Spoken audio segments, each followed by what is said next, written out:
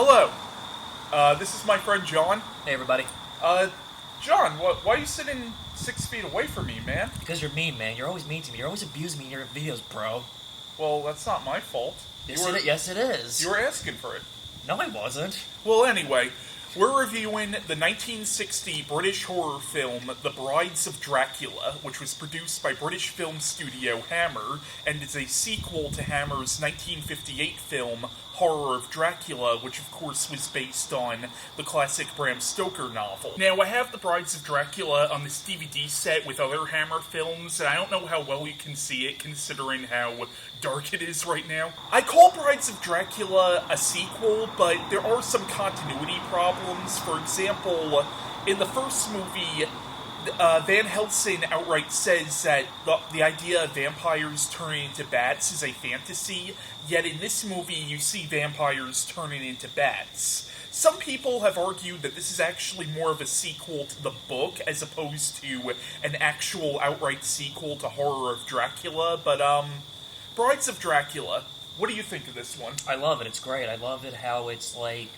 You would say it's really like a Van Helsing spin-off, and I also just love it how it's a good follow-up and a good sequel, how we see what's going on with Van Helsing after the events of the first movie. I like this one, but I'm not crazy about it. I don't Right. know, maybe it's just I wasn't in the right mindset when I watched it, Right. but I know a lot of people like this one, but when I rewatched it the other night, it was my first time watching it in, I think, well over 10 years. Wow.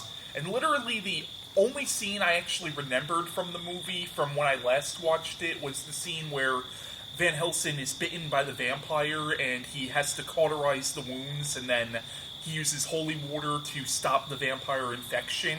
That was the only scene I remembered from when I first saw the movie. So watching it again, it was like seeing the movie for the first time.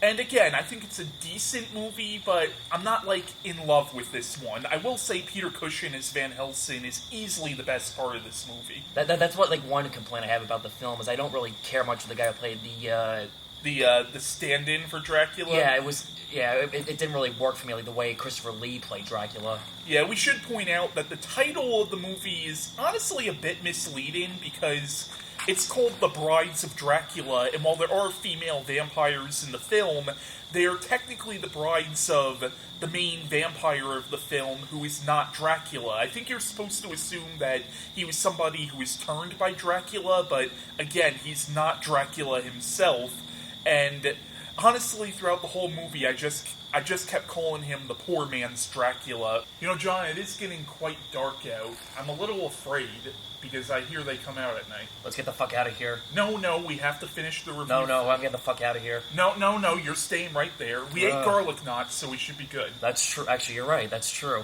So, the plot of The Brides of Dracula is it begins where this girl named Mary Ann, who's a school teacher, is getting a position in Transylvania, and while she's at this inn, a baroness invites her over, and basically when she goes over to the baroness's house, she discovers that the baroness's son is chained up.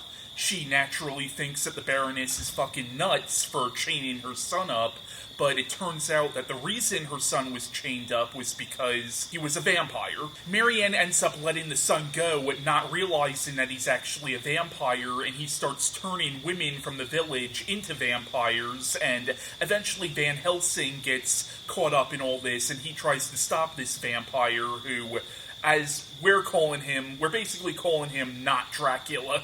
In the one scene where he, pops up in the Dracula garb, I'm like, oh my god, you are such a wannabe. I just could not take that seriously. And, again, we do like the movie, but I personally think the villain is kind of forgettable. I agree. Well, that was our review on The Brides of Dracula, and our next review will be on Dracula, Prince of Darkness, and speaking of darkness, it's pretty dark out tonight. It is. Hopefully I'll be able to brighten this up in editing or something.